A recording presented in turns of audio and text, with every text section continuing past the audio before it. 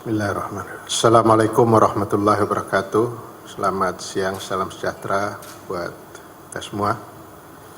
Teman-teman wartawan dari berbagai media, baik yang hadir secara fisik maupun secara online atau virtual. Saya ingin menyampaikan beberapa hal terkait dengan rapat kabinet terbatas yang dipimpin langsung oleh Bapak Presiden, dihadiri oleh Bapak Wapres dan beberapa menteri terkait. Ada dua agenda yang masuk di dalam ratas pada pagi sampai dengan siang ini. Yang pertama adalah agenda tentang desain besar olahraga nasional atau yang kita kenal selama ini dengan Grand Design Olahraga Nasional. Kemudian yang kedua adalah tentang penyelenggaraan PON ke-20 dan Peparnas ke-16 di Papua tahun 2021 ini. Saya mulai dari yang pertama tentang desain besar olahraga nasional atau Grand Design. Sebagaimana kita tahu bahwa selama ini kita belum mempunyai desain khususnya untuk pembinaan prestasi olahraga nasional. Usia negeri ini sudah 76 tahun, tapi kita belum mempunyai desain besar.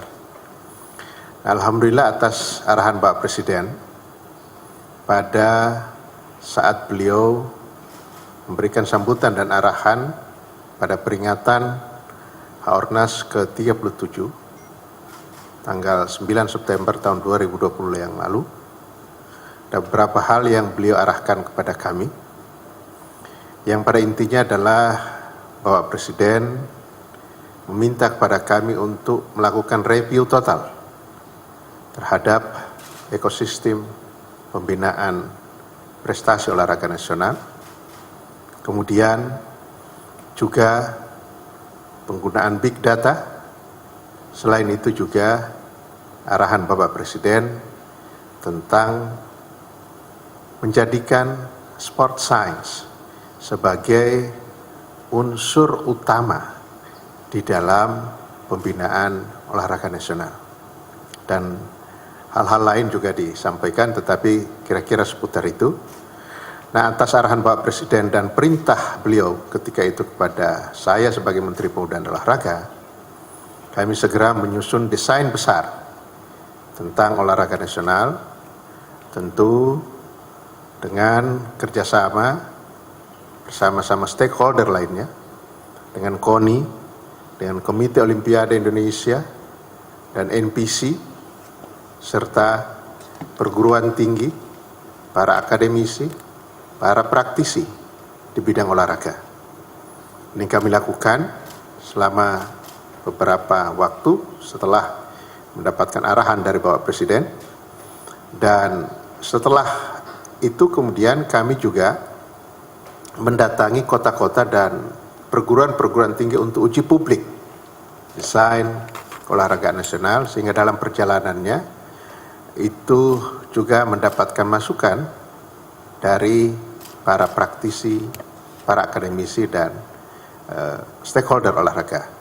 Nah, hari ini saya diberi kesempatan untuk memaparkan di hadapan Bapak Presiden, dan pada intinya arahan Bapak Presiden, desain besar ini diterima. Tentu ada tambahan di sana sini, ada masukan dari beberapa menteri yang hadir, dan ini kami akan jadikan sebagai bahan untuk melengkapi lagi. Jadi saudara-saudara sekalian, desain besar yang kami sampaikan ini adalah berasal dari hulu ke hilir, tentu tebal, dari sejak kebugaran masyarakat yang menjadi sumber potensi talenta untuk atlet-atlet nasional.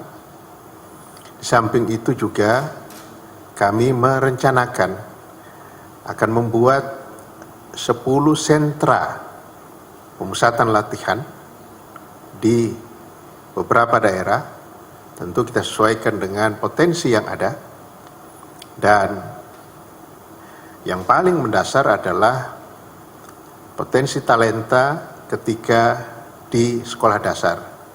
Tadi Menteri Pendidikan dan Kebudayaan juga memberikan respon yang sangat luar biasa positif. Beliau akan melakukan tugasnya sesuai dengan apa yang ada dalam desain besar ini. Kemudian sentra-sentra ini akan berisi anak-anak kita yang punya potensi, yang sudah terseleksi, yang usia SMP. Selanjutnya usia SMA kita akan dorong ke Cibubur, tempat SKO kita sekarang, dan nanti juga kita sedang mempertimbangkan untuk bisa melihat Hambalang menjadi tempat untuk sentra atlet senior dan atlet kita yang sudah siap untuk bisa bertanding. Tentu ini adalah rangkaian panjang, sebab untuk sebuah prestasi menurut para pakar minimal dibutuhkan waktu 10 tahun atau kira-kira 10.000 jam untuk bisa menuju prestasi. Nah, hal yang kedua adalah target. Itu kita merencanakan dalam desain besar ini sampai dengan 2045. Tetapi ada yang kita buat target-target 2024, 2028, dan 2032. Kita tahu Olimpiade 2024 itu akan dilaksanakan di Prancis, Paris, 2020 ada di Tokyo, ditunda ke 2021, dan 2028 itu di Los Angeles, Amerika Serikat, dan 2032 harapan kita bisa menang bidding menjadi tuan rumah Olimpiade 2032. Nah, kita tentu tidak hanya ingin menjadi tuan rumah, tetapi prestasi juga kita harus torehkan. Oleh karena itu dalam desain besar atau grand design ini kami mentargetkan untuk 2032 itu kita berada pada posisi 10 besar, baik untuk Olimpiade dan tentu untuk Paralimpiade atau atlet-atlet disabilitas kita itu juga pada ranking yang tidak terlalu jauh. Nah, ini butuh dukungan pendanaan, dukungan infrastruktur, dukungan kerjasama antara kementerian dan lembaga, BUMN, perusahaan swasta, serta yang paling penting adalah dukungan dari daerah. Nah, Bapak Presiden memberikan arahan kepada kami, itu semua dirumuskan lagi. Nanti tentu akan lahir keputusan dari Bapak Presiden. Kita belum tahu bentuknya seperti apa, tetapi desain besar ini akan kita dorong, karena ini adalah satu perencanaan tentang prestasi olahraga kita yang jangka panjang dan terdesain dengan bagus. Tidak ada prestasi yang kita dapatkan dengan by accident. Prestasi harus kita dapatkan dengan by design. Itu teman-teman sekalian. Agenda yang kedua adalah tentang Pekan Olahraga Nasional ke-20 dan Peparnas 16 yang dilakukan di Papua. Dan tadi dihadiri langsung oleh Bapak Gubernur, Pak Lukas NMB.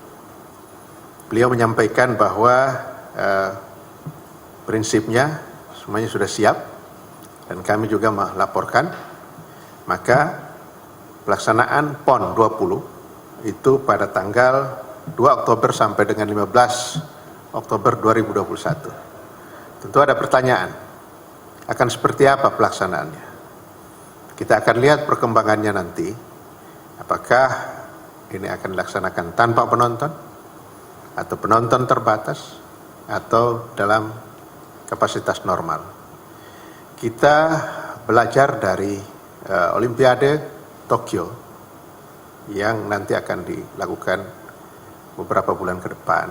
Kita akan lihat di situ penerapannya seperti apa.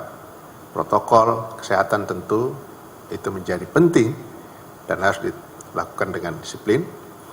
Dan arahan Bapak Presiden karena ini sudah siap, kita akan lakukan pada tahun 2021 ini. Tidak ada penundaan PON, karena ini sudah sempat kita tunda pada tahun 2020. Dan hal lain yang beliau sampaikan, bahwa akan ada vaksin.